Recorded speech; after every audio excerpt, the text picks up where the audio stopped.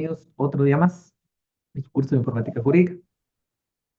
Espero que no estén pasando Hola, mucho frío. Ya vi que por ahí todos están con lo del frío. Quítenselo con chocolate, un cafecito, anoche Emily, o con algo más.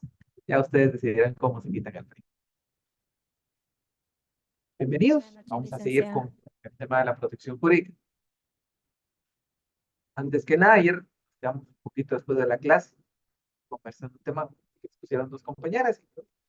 La verdad me hicieron que me fuera armando un mundo con dos supuestos bien escuetos en la cabeza. Y ya respecto, no sé si ya vinieron, pero lo vamos a conversar de una vez para que todavía se quedaron, de qué tanta implicación va a haber para una persona que le tome una foto a otra y al final no supe si la compartieron o si no la compartieron. Buenas noches, Flori. Yo me armé el caso de esta manera, porque con poca información ustedes también no van a poder armar ningún caso. Esta es una situación que desde ya tienen que ustedes llevar para su práctica profesional.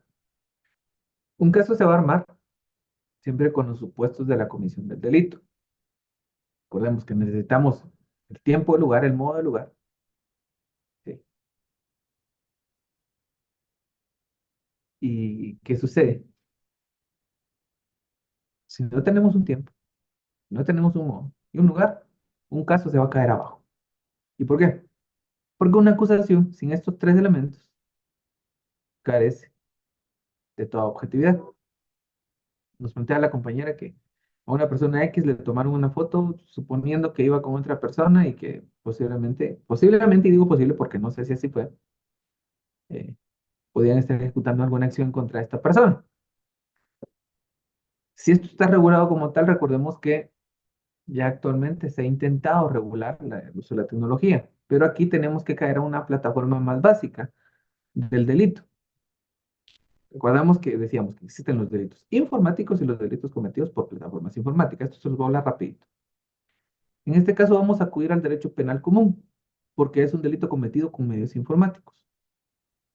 Recordemos que no se va a cometer hasta que no se deshonre a la persona. Y nuestro amigo Rolando creo que fue el que atinadamente nos lo decía, Rolando, Rodolfo, uno de los dos.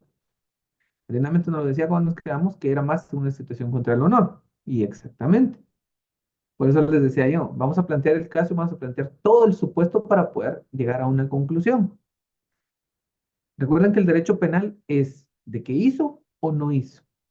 Acá no aplica la interpretación análoga o extensiva de una figura penal. Entonces, en ese caso particular que nos plantearon ayer, como les digo, ayer me había armando un caso en mi cabeza porque con supuestos que no tenía a la mano no podía responder completamente la pregunta que nos hicieron después de clases.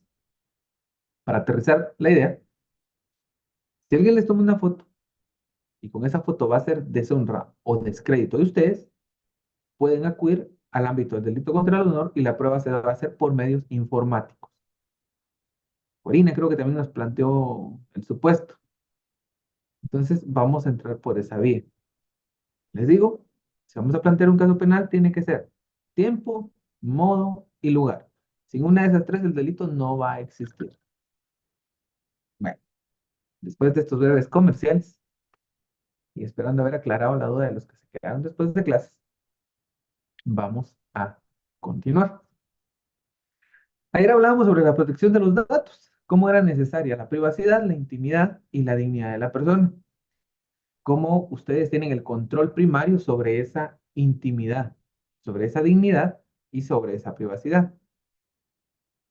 Algunos nos comentaban por acá que ellos sabiamente eligen compartir esa privacidad con su pareja para pues, algunos decían que no los golpearan, otros decían que hubiera paz y otros pues porque, como dijo una compañera, los gobernaba sus esposas o sus esposos, independientemente de quién sea. Pero ¿qué sucede? La ley de protección, la ley de acceso a la información pública ya no se reguló principios tales como la máxima publicidad, la gratuidad, la celeridad, la sencillez. Nos regula esa máxima exposición para las entidades públicas. Nos determina ya quiénes van a ser esos sujetos obligados. Pero también regular el principio básico, y que se los decía el día de ayer, ese reconocimiento expreso de la habeas data. Este principio grábenselo muy bien. Porque es esa garantía, como se les decía, que ustedes van a tener, de que van a tener el derecho de saber qué hay, qué consta en las fichas, en los registros o en cualquier archivo público y para qué se utiliza. Además de eso, el derecho a que se les proteja, se corrija, se rectifique o se actualice. Ya comentábamos el caso de una empresa X que ilegalmente tenía una base de datos y que les cobraba para corregirlos. En este caso, la ley ya pasó a regular y en los aspectos públicos, pero no solo aspectos públicos, porque también ya pueden caminarse en aspectos privados, regula que va a haber una corrección. ¿Y qué nos establece la ley? La ley habla de una gratuidad, ¿sí? La propia ley de acceso a la información también da la opción de que nos puedan extender constancias de esos datos, correctos, obviamente. Si hay necesidad de una anotación o cambio, va a tener su procedimiento específico, pero la ley específica y la ley pretende que sean por medios y procedimientos sencillos. ¿Y por qué? Recordemos que esto debe aplicar para toda la población. No puede aplicar para un grupo determinado nada más. ¿Por qué? Porque tenemos que tomar en cuenta el común. ¿Y cuál es el común? El desarrollo integral y la armonía social. Recordemos que para eso se organiza el Estado, para ese desarrollo de las personas. ¿Sí? La Constitución Política de Guatemala lo basa en torno a la familia. Pero para que se desarrolle una familia también tenemos que brindarle toda esa accesibilidad, en este caso y en nuestro caso particular, a la información. Recordemos que se dan los casos muy seguidos de algún, lo vamos a hablar porque no es una obligación notarial en sí. Dar los avisos como tal no es una obligación notarial, ¿sí? Porque lo que se nos obliga es a entregar los avisos para que los lleven. Pero nosotros como notarios vamos a dar eso como una parte de nuestro servicio. Nosotros debemos de crearnos ese plus como notarios. Pero muchos no dan los avisos o las personas no llevan los testimonios de los avisos. Entonces, ¿qué sucede? Algunos de 20, 30 años después aparecieron en los registros como solteros o como solteras. ¿Y qué pasaba? Regularmente se daba en casos donde ya estaban los intestados. ¿Y qué pasaba con la pobre señora o el pobre señor? Al tenor de la ley, al intestado, ¿quiénes entran? Hijos, esposa. Hijos, el esposo, y los abuelos, y los suegros, la esposa y los suegros.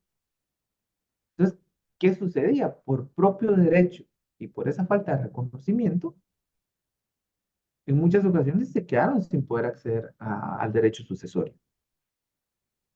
Entonces, es importante que nosotros como notarios realicemos nuestra labor diligentemente.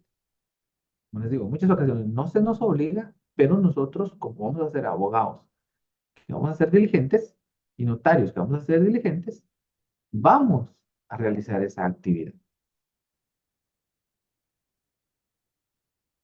También regula la ley, y ahora ya con una potestad legal, que el Procurador de los Derechos Humanos va a ser esa autoridad reguladora. Algunos recordarán que hace algunas sesiones platicábamos sobre el caso particular de las empresas que comerciaban con la información.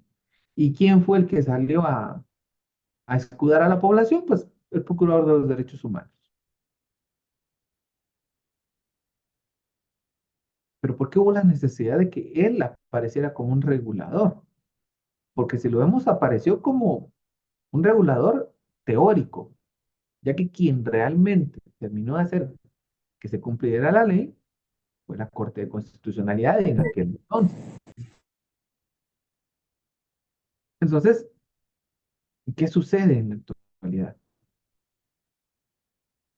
se debe de intentar una mejor regulación, una reforma a la ley, debería, para que el procurador ya no solo sea una teórica autoridad regulada, sino que sea un ente, aparte de regulador, revisor. ¿Sí? También establece la propia ley un régimen penal y administrativo para garantizar el efectivo respeto de la ley. ¿Y por qué vamos del penal? Porque esta propia ley ya genera sus propios tipos penales, dirigidos a todos aquellos que manejen ese tipo de información. Sin embargo, cuando puede existir un cruce de información, también aplicará esta ley. ¿Por qué? Porque hay sujetos obligados dentro de la legislación y estos deben de cumplir sin requerimiento alguno con la misma. Y si se da el ocultamiento de la información, ya debemos hacer las denuncias pertinentes. Además de eso, ¿qué pasa? El funcionario público y aquel que maneje información pública por la relación que pueda tener, ya sea por algo fideicomiso, porque tiene una delegación estatal para la prestación de bienes y servicios, por una delegación, estos sujetos ya son sujetos activos en una figura delictiva. Y en los aspectos administrativos, porque ya se está obligando por Ministerio de la Ley a que las entidades obligadas brinden una información de oficio, que no hay necesidad que ustedes tengan que acudir a los registros para que se las den, que esta información esté siempre en los portales. Entonces se ha tratado a través de esa legislación ordinaria esos mandatos constitucionales de la defensa del importante derecho humano el acceso a la información esté protegido. Pero si bien se protege el derecho, el acceso a la información, la propia ley va un poco más allá y ya trata de proteger, que hablábamos, la intimidad, la dignidad y la privacidad de las personas. En ocasiones esa situación va a tender a no suceder, porque recordemos que en cuanto a aspectos de funcionamiento público tenemos ciertas deficiencias. Pero ¿qué pasa en este caso? La propia ley nos autoriza a ejecutar las denuncias pertinentes y en sí es una obligación de nosotros. Si una persona no accede a brindarnos la información que necesitamos, que no sea, ojo, porque la ley sí lo establece, información reservada o información confidencial. Entonces, estas dos formas de información las vamos a ver un poquito más adelante porque vamos a ir desentrañando esos aspectos propios de la ley que son de conocimiento obligatorio para nosotros en cuanto a la ejecución en la administración pública o como fiscalizadores de la actividad de la administración pública. Vamos a pasar a los aspectos relevantes de la ley de acceso a la información pública, lo que necesitamos saber. ¿Sí? ¿Cuál es el objeto de esta ley? ¿Qué se quiere? ¿Qué se pretende? Como principio se pretende que garantice a todo ciudadano, sin ninguna discriminación, a tener acceso a esa información, a que pueda solicitarlo sin que nadie le diga que no puede. ¿Y por qué? Porque veíamos que no se puede negar por situaciones de raza, sexo, color, etnia, creencia política y o cualquier otra situación que tienda a ser discriminatoria. Acá ya el funcionario no tiene una situación discrecional o la persona que maneja la información ya no es discrecional. Es obligatoria la información que no sea reservada ni confidencial. Como segundo punto, tiende a garantizar a toda persona individual el derecho de conocer y proteger los datos personales que consten en los archivos estatales, así como la actualización. Hablamos de esos principios que protege la ley. Esa corrección que necesitan los datos cuando fueron ingresados de mala manera. Les voy a contar un caso muy particular. En una ocasión, en una entidad que estuve trabajando,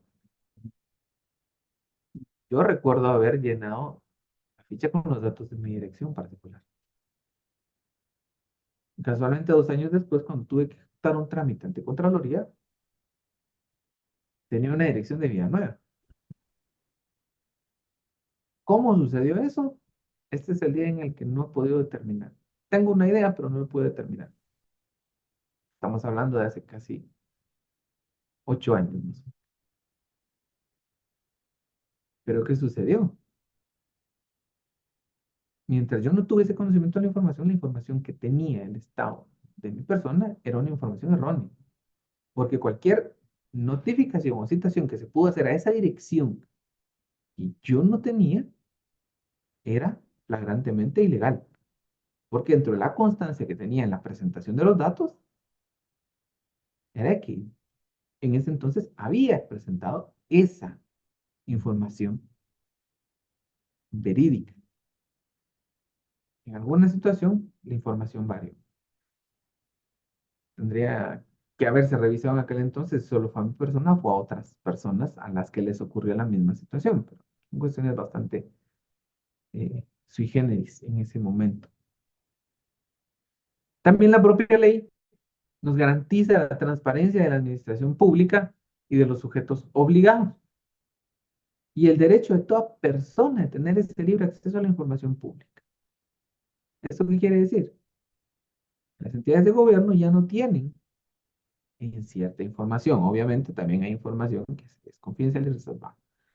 Pero en situaciones de ejecución presupuestarias y nominales, ya no pueden negarse.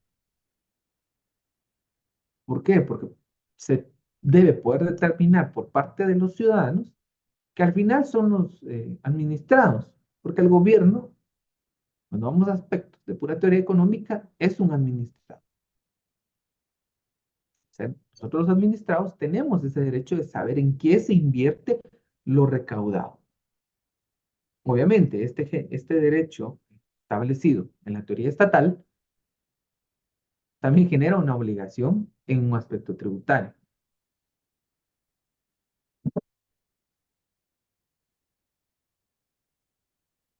Vamos a ir a los aspectos relevantes, como lo decíamos, y vamos a pasar a la naturaleza que tiene la propia ley de acceso a la información pública.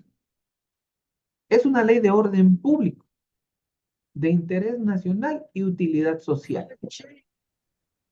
¿Por qué es de orden público? Porque debe regir esos actos del acceso a la información o actos de la información pública. Se evitó el secretismo en cuanto a la información determinada como pública. ¿Qué sucedía en algunas ocasiones anterior a la ley? Era muy discrecional qué información les querían dar y qué información no. En la actualidad, les hablo de situaciones nominales, presupuestarias y de ejecución. Son datos que la propia legislación establece que deben de ser presentados a los administrados. Por el Ministerio de la Ley se nos permite fiscalizar a las entidades estatales. Y esos datos de la administración pública que se encuentren en archivos, fichas, registros o cualquier base de datos, cualquier forma de almacenamiento. En la actualidad, he visto algunos trabajos, varios han concluido que el avance tecnológico es necesario para esa fiscalización, para poder comparecer incluso desde la distancia a determinar si las ejecuciones han sido adecuadas o se está dando lo que llamamos nosotros actos de corrupción. Y esto ya no solo enrola a los organismos del Estado, enrola a municipalidades, a instituciones autónomas y descentralizadas. Autónomo podríamos tener a la Confederación Deportiva. Descentralizada, ¿qué entidad conocen ustedes que crean ustedes? Ah, esta entidad la tenemos que fiscalizar.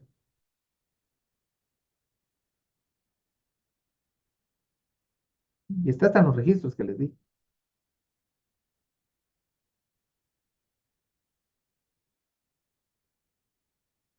Ahora, ustedes pueden ver qué problemas se han generado en cuanto a la Confederación Deportiva Autónoma de Guatemala y la fiscalización. ¿Tiene derecho el ciudadano a saber o no tiene derecho a saber los aspectos propios de ejecución, recaudación y nominales de esa entidad? ¿O simplemente las entidades autónomas no tendrán que ser fiscalizables? La ley de acceso a la información pública es clara. La teoría estatal establece que para una entidad sea completamente autónoma tiene que tener autonomía económica. Si no es una autonomía designada únicamente mediante un instrumento jurídico. Ese es uno de los grandes problemas que tiene el deporte guatemalteco actualmente. Porque muchos directivos no quieren esa fiscalización.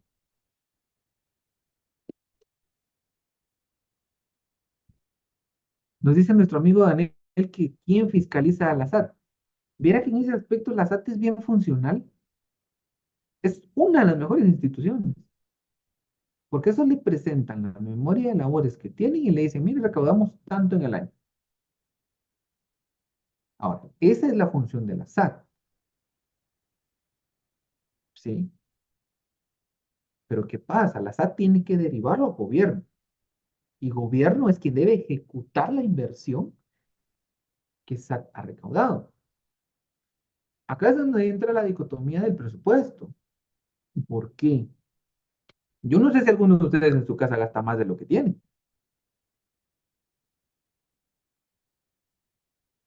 ¿Quién?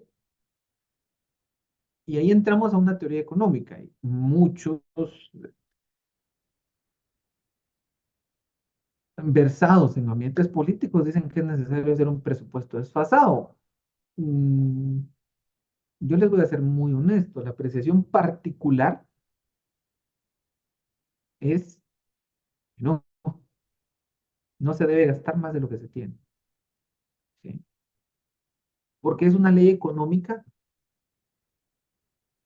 sólida, solvente y necesaria.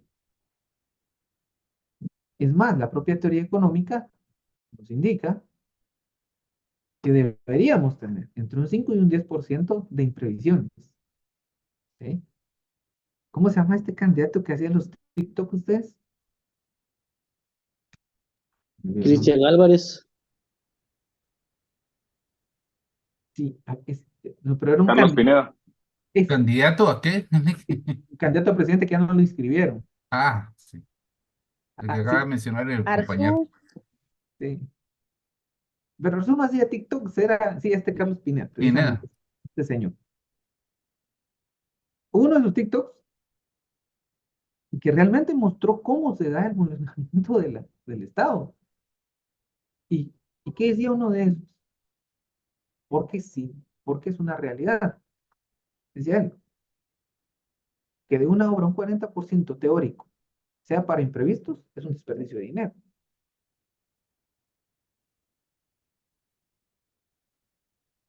¿Qué pasa? Hasta la propia forma de ejecución está mal hecha, porque van a ejecutar en agosto teóricamente, ¿sí? Pero cuando vamos nosotros a ver los meses de ejecución de las obras, muchas se hacen en tiempo de lluvia. ¿Cuánto tiempo se va a trabajar efectivamente? ¿Cuántas obras se van a deslavar? ¿Cuántos puentes se van a caer? Y a todo eso, esta ley nos da acceso, porque ahí es donde nosotros, como ciudadanos, debemos entrar en el aspecto de la fiscalización.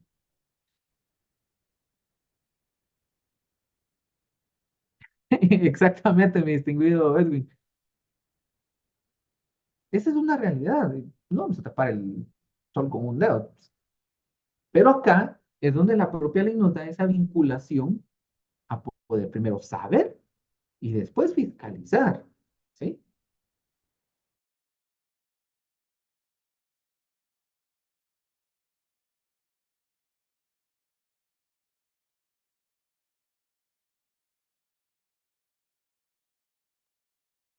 Se quedó frisada su imagen, licenciado.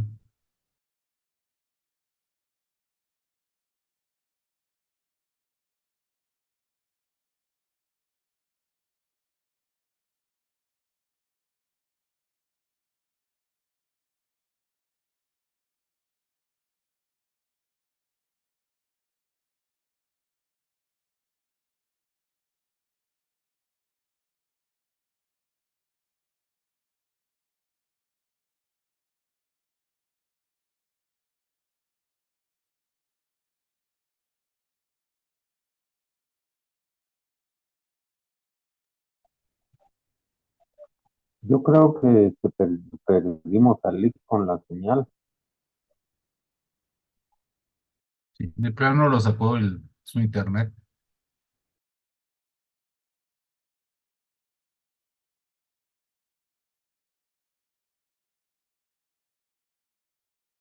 Vamos a cenar temprano.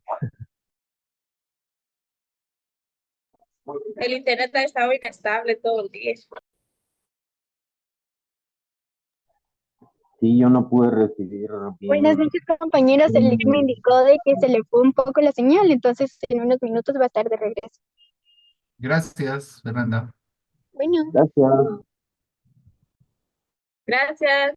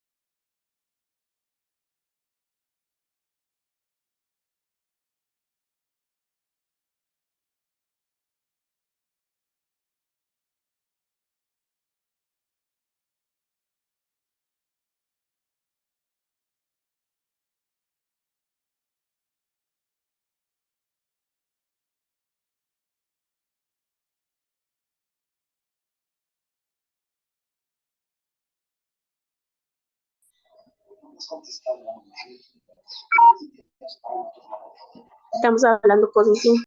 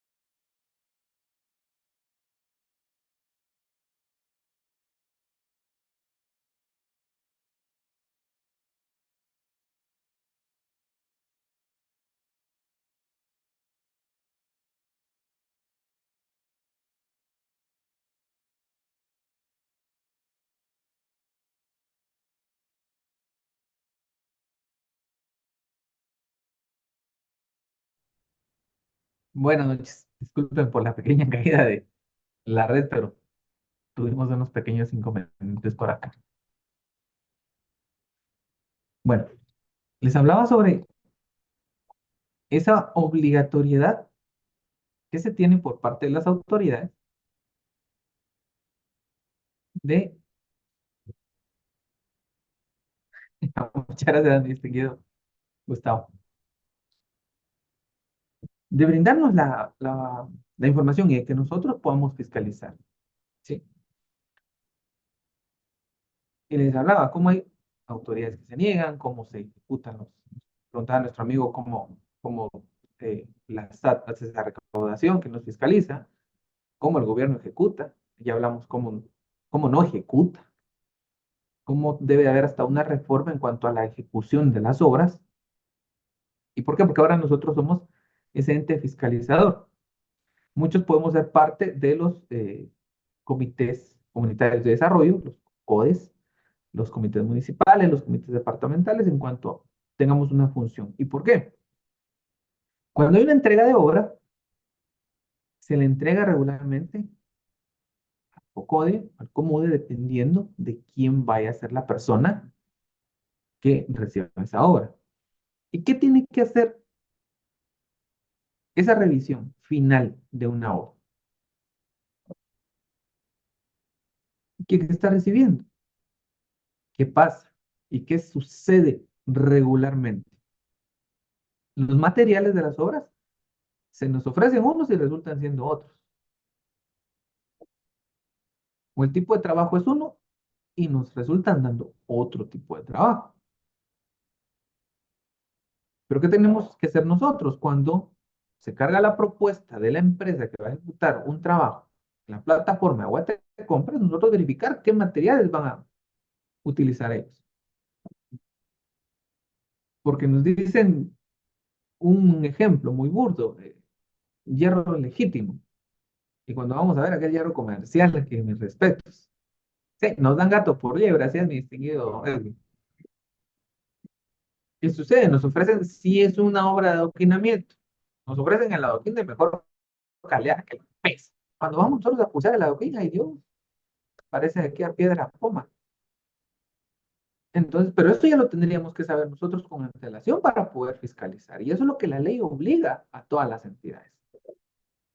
¿Sí? Porque cuando hablamos que ya van entidades autónomas, descentralizadas, pero aquí es donde la ley ya va un poco más allá y habla de esas entidades privadas que perciban, inviertan o administren fondos públicos.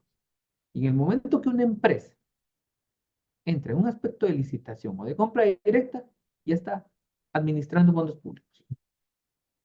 ¿Sí? Va a percibir una ganancia, pero va a administrar esos fondos para una obra o algún servicio determinado. Y aquí nos incluye hasta los fideicomisos. ¿Sí? Las obras o servicios públicos que están sujetos a concesión o administración. Por mucho que hayan tenido sus peros, los muchachos de Micron son uno de los pocos que han ido estandarizando un poquito su procedimiento. ¿Por qué? Porque ellos también entran en ese aspecto estatal.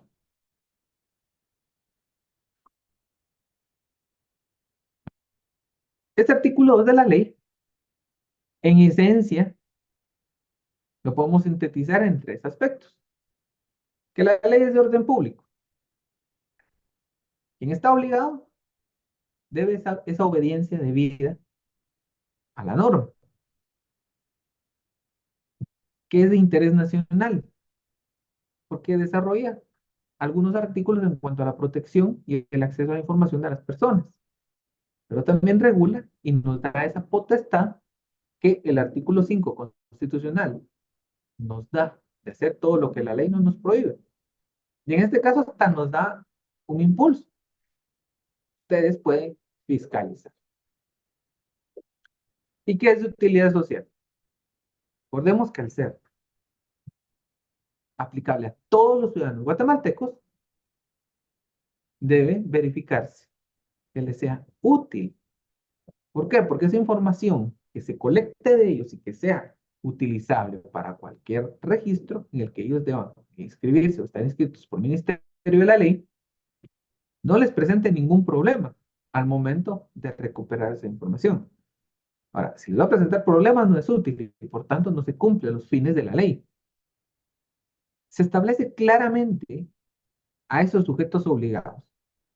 Ninguno de los representantes de estas instituciones van a poder alegar ignorancia de la ley. Y no pueden negar el ejercicio de alguno de los derechos que se regulan y garantizan en ella. ¿Y por qué es importante este aspecto? ¿Qué sucedía antes? Algunos alumnos de los que tenemos por acá tal vez lo habrán visto. Ustedes acudían cuando esta ley salió a flote a solicitar algún tipo de información y tenían 1000 requisitos para darle la información. No todas las entidades, pero podemos hablar de que un 80% sí tenía sus peros. Aunque la propia ley ya determinaba, miren, no podemos ponerle peros a las personas. Pero se inventaban algo los legisladores de ventanilla, que dicen, no, es que necesitamos darle requisitos. No, la ley es clara. Entre menos requisitos y más fácil sea el poder determinar esos datos, esa información, Es mejor para la población, es más útil. Porque ¿qué utilidad tenemos en que nos estén poniendo ciertas trabas en cuanto al acceso a la información pública?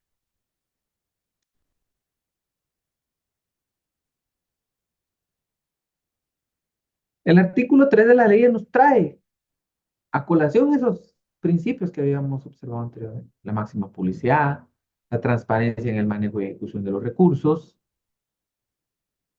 Y si nos damos cuenta, aquí solo nos habla de esos recursos públicos y actos de la administración pública.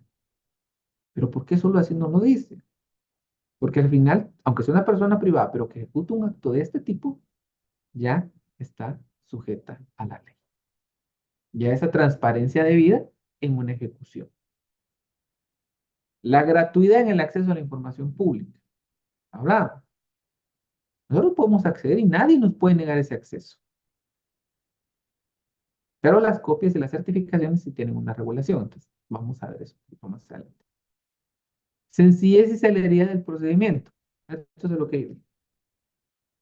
Cuando ustedes comparezcan en algún lugar a solicitar una información necesaria para ustedes, que no sea confidencial ni reservada, no, mi distinguida Lili, todavía son las 19 horas con 42 minutos. Procederemos a la asistencia a las 19 horas con 45 minutos. ¿Y qué sucede cuando ustedes tengan que hacer ese procedimiento? Ustedes necesitan procedimientos rápidos. ¿Qué sucedía antes? Tenían que ir a solicitar una certificación, algún tipo de registro. Y primero que no hay banco cerca. Segundo que ya no estamos atendiendo, que se nos fue el sistema, que no vino el encargado o la encargada. Eso no era sencillez ni celeridad. Eso era burocracia pura. Entonces, el ciudadano común, ¿qué necesita? Que se le dé un servicio eficiente, un servicio de calidad, pero sobre todo, y a esto también debe enfocar la información y la ley de acceso a la información pública, a un servicio humano. ¿Por qué? Recordemos todas las etnias que tenemos en nuestra nación, todas las personas en situación de calle, en situación de pobreza. Muchos de nosotros, cuando hemos estado buscando un trabajo, lo que menos necesitamos es que nos hagan aquella cara que por qué estamos ahí. O como decía alguien por ahí, ir a ver caras largas, no, muchas gracias. En total, ya preocupación tengo porque trabajo no tengo. Entonces, también debe enfocarse, o debemos enfocar esta ley a aspectos humanos. Por eso es que habla que es de interés nacional. Para que toda nuestra población que está hasta allá en una aldeíta, cuando se acerque a verificar su información, no reciba un rechazo, no reciba una discriminación, sino por el contrario, reciba ese servicio de calidad por el que muchos otros ciudadanos ya pagaron. Y porque muchos, incluyendo a su servidor, ok, estamos de acuerdo con pagarlos, pero para que a todos se les dé la calidad humana que todos merecen.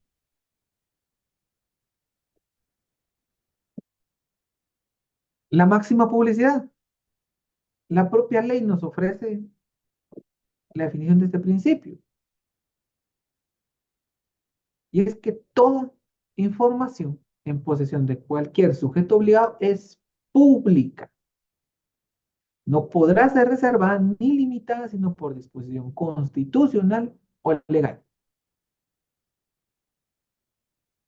Es por ello que esa publicidad es la regla de esta ley. Y en sí es la regla del actuar ahora, de ese actuar público y de las entidades privadas que tengan una relación. Porque la excepción a esta regla va a ser la reserva y la confidencialidad. No como en antaño, que esas eran las reglas. No, ahora se invirtieron esos roles. Ahora la población tiene el derecho de saber cómo se están invirtiendo esos recursos que han sido recaudados. ¿Sí? Y en todo caso, todavía se nos da una potestad más. Y se dice que si la ley es ambigua u oscura, debe ser pública. ¿Sí?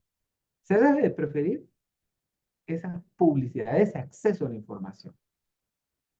Es más, todavía debe ser de oficio. Ya ni sería necesario exigirle a la autoridad. La autoridad tiene que ponerlo en conocimiento del ciudadano. ¿Y por qué? Para que concuerde con esa política pública que nace de la propia ley, que es maximizar el uso social de la información dentro de la organización del gobierno.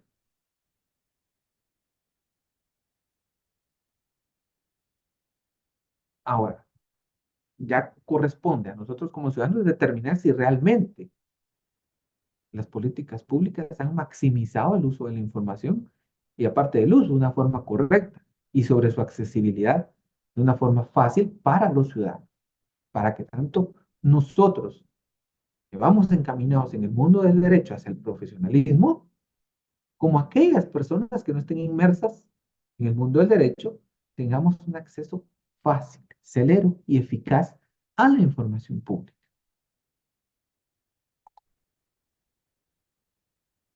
¿Qué fin tiene este principio? Este principio tiende a evitar un manejo discrecional de la información, ¿sí? Que los funcionarios públicos que puedan apropiarse de archivos y documentos como si fueran propios de la institución no los utilicen. Recuerdo que una ocasión un compañerito de ustedes me indicaba que él por su trabajo tenía que salir fuera de la oficina, tenía que hacer estudios, pero que él para evitar problemas con la pérdida de la información había enlazado su Drive con la oficina. Pues, ¿qué pasó acá? Acá él expuso su Drive y lo hizo parte de su trabajo. Esa carpeta específica que él utilizaba para el trabajo no era de él. En la nube no pertenecía a él, porque él como funcionario público estaba teniendo ese manejo de información que era de la institución por el trabajo que él desempeñaba. Entonces, este principio pretende también que ellos no tomen la información para sí y puedan hacerla pública y puedan perjudicar. El secreto administrativo, que supone negar sistemáticamente cualquier solicitud de información por parte del ciudadano y no darse, ¿sí? Y para rematarlo, no darle cuenta de qué razones hay para no darle la información. Cuando conforme a la ley solo tenemos dos supuestos, información reservada, información confidencial. Fuera de esos supuestos, cualquier negatoria implica una violentación al derecho. Nos comentan algo por acá, vamos a verlo, porque todas nuestras opiniones son importantes. Comentan que se requirió información pública sobre los expedientes en un ministerio que tiene 6 meses de atraso y todo lo que le mandaron fue quiénes eran los asesores que tenían los expedientes. Sin más información, a pesar de haberse requerido en la solicitud el conocer el estado y el motivo del retraso de los expedientes. Ok, bueno, acá ya nos estamos encontrando con esa situación. ¿Por qué hay un atraso? ¿Qué pasó? Entonces vamos a tener que proceder con las denuncias específicas en contra de estos funcionarios.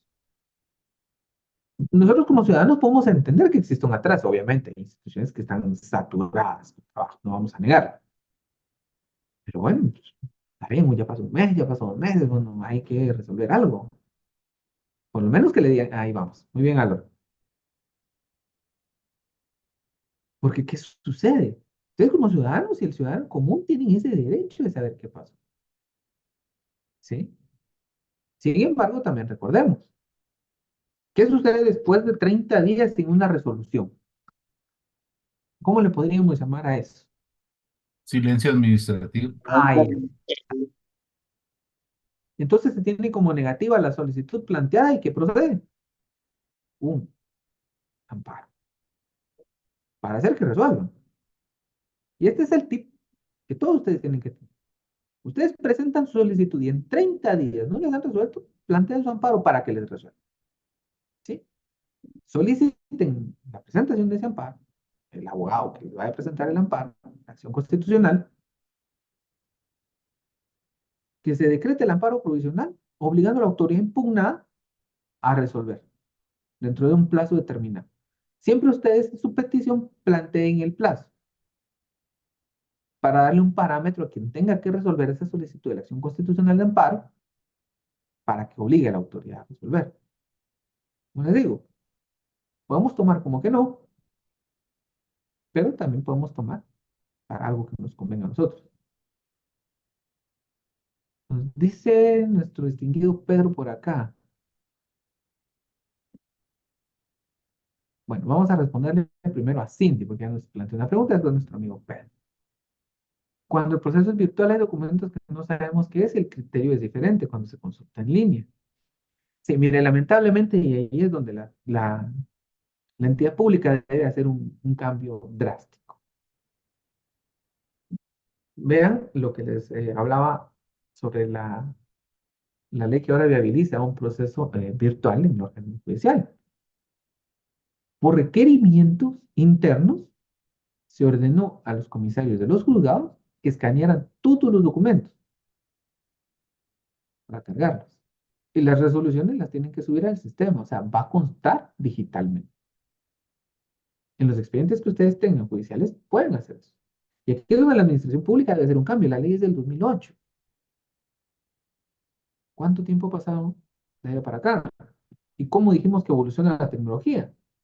Al día de hoy lo hace por año o por 6 meses.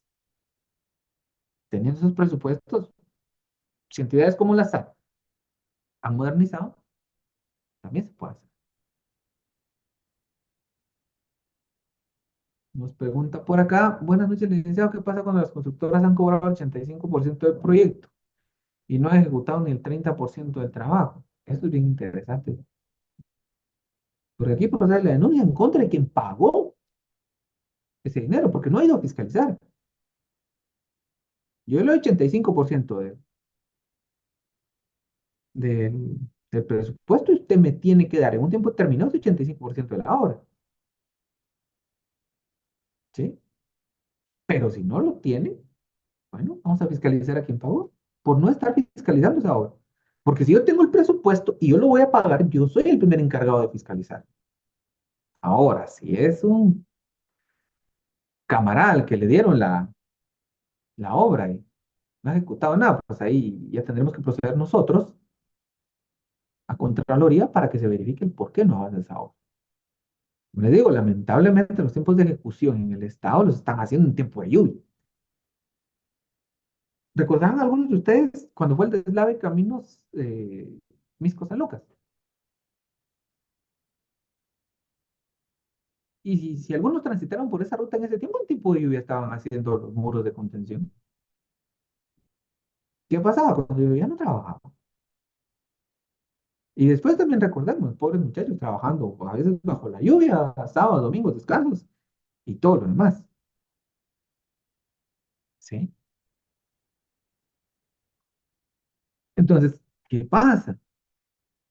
El funcionario no tiene ese derecho, porque es obligación. Nos dice nuestro amigo que planteó acá también una denuncia en el Ministerio Nacional de la Defensa y le dijeron que en 10 días. Bueno, esperemos que en 10 días se lo den. ¿Sí? Si llega a los 30, y este es otro tip para ustedes. Nos dice nuestro amigo José que ellos han tenido ese problema.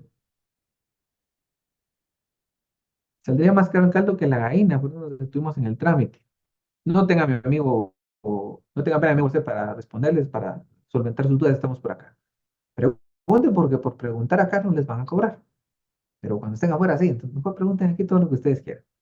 No hay preguntas tontas, no hay preguntas para mí que no tengan lugar. Siempre vamos a buscar la forma de responderles a todos. ¿Sí? Estamos para servirlos y espero que lo tengan bien en cuenta. Sí, mire, para el pago de un amparo, también recuerde que la propia ley le puede facultar la solicitud, pone el procurador de los derechos humanos. Puede comparecer con él y solicitar ese auxilio, ¿verdad? Es una opción. Entendemos que en Guatemala también la economía no está fácil. Y esos aspectos son los que uno tiene que soslayar. Como les digo, pues, realmente yo soy abogado y también podría estar diciendo que me perjudico a mí o a algunos colegas, pero ustedes también, como ciudadanos, tienen derechos y maximizamos sus derechos. Exactamente. Hacen adrede el retraso de la ejecución de obras para la ejecución de fianzas. Es que vean, aquí es donde tendría que ir ya un amarre de la información pública, de la fiscalización y de la obligación de ejecución. Sí, sí, mi distinguido Álvaro, adelante, le escuchamos. Explico una consulta. Antes de presentar el amparo, no habría que Agotar la presentar efectividad.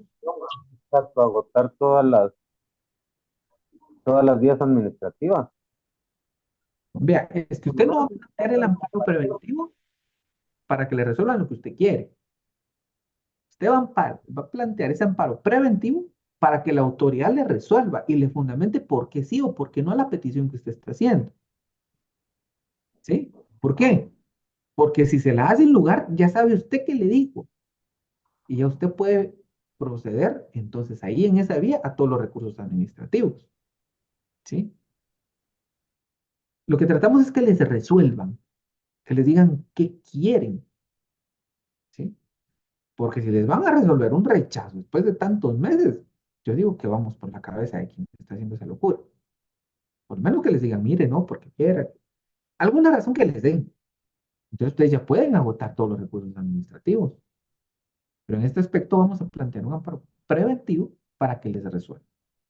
Porque lo que necesitamos es que les digan el por qué no de las cosas o el por qué sí de las cosas.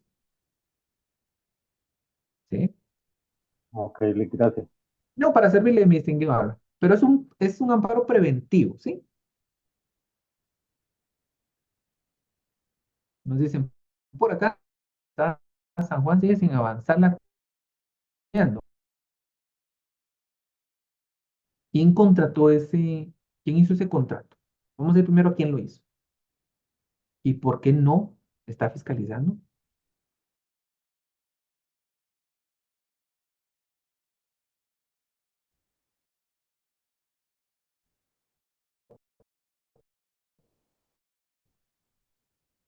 Pues, está bonito, no digo, ay, sí, quién, ¿sí? Pero no, nosotros tenemos. Y por Ministerio de la Ley, que son las que licitan, tienen que ir a fiscalizar. Aquí no hay una situación potestativa no es facultativa, no, es una obligación. ¿Por qué? Porque cuando le entreguen la obra, tiene que dar fe de que está bien hecha. Y todos sabemos que el hierro se empieza a corroer por el ambiente. Es que no hay que ser ni siquiera ingeniero. Eso es de conocimiento popular. Muchos que de niños fuimos a alguna obra con los abuelitos, o con los papás, o con un amigo, o incluso nuestras distinguidas damas, que han visto en sus casas hierros ahí que están todos oxidados. El hierro oxidado ya perdió sus calidades. ¿Sí? Entonces, ¿qué sucede? Aquí es a donde esas instituciones deberían, y digo deberían porque no sé si lo van a hacer. Algunas que otras sí, algunas que otras no. Como dicen por ahí, el alcalde que se quiere elegir lo va a hacer bien, el que no, pues ya sabemos que no lo va a hacer. Nos dicen por acá, ¿tendrá algo que ver el cambio de gobierno? Mi distinguida Tania, no es, eso va a ser tanto, y se lo voy a decir así, porque se ven otras latitudes del mundo. Uno de los primeros indicios que le va a dar un gobernante de que lo va a hacer bien es que le va a cumplir las promesas de campaña. Lamentablemente en el funcionamiento público, cuando hacen el cambio de administraciones, se plantea, pero si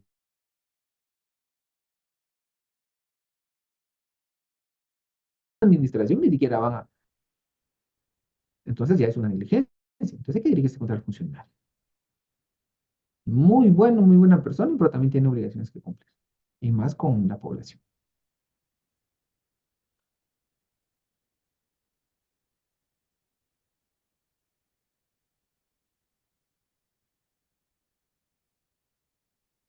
Lo que comenta nuestro amigo Rolando es una situación bastante real en todas las obras del país. ¿Cuál es uno de los requisitos necesarios para que una obra avance? El estudio de impacto ambiental. ¿Sí? Pero no solo es de estudio, también hay que hacer estudios de suelos. ¿Sí? Aparte de los estudios de suelos, tenemos que ver todo el entorno. ¿Y cómo autorizaron una obra sin darse cuenta de eso? Oh, Dios santo, no lo vimos. Pero ahora es la tecnología necesaria para poder estudiar el suelo a grandes profundidades. Y las empresas que se dediquen a querer prestar un servicio tienen que aplicar ya esas tecnologías. Y por eso es que ustedes lo están aprendiendo. Para que cuando ustedes sean asesores, estimo yo, o sea, los que dirijan, y alguien venga y les quiera el gato polera, le digan, me, no. Yo sé que existe la tecnología para hacer resonar a la Tierra. Bueno, mi distinguido Pedro, entonces tenemos que acudir con la denuncia respectiva, primero a Contraloría, y recordemos que los funcionarios públicos que no ejercen su función ya están cometiendo ilícitos. Muy bien, mis distinguidos estudiantes. Yo sé que muchos ya tienen frío, muchos quieren ir a tomarse un café, un chocolate y algo más. Es todo por hoy. Espero que hayamos podido adquirir un poquito de conocimiento. Se les brindo con mucho gusto. Y el día de mañana estaremos por acá con nuestro curso nuevamente. Les deseo una feliz noche, que descansen y nos vemos mañana por Muchas gracias, Dick.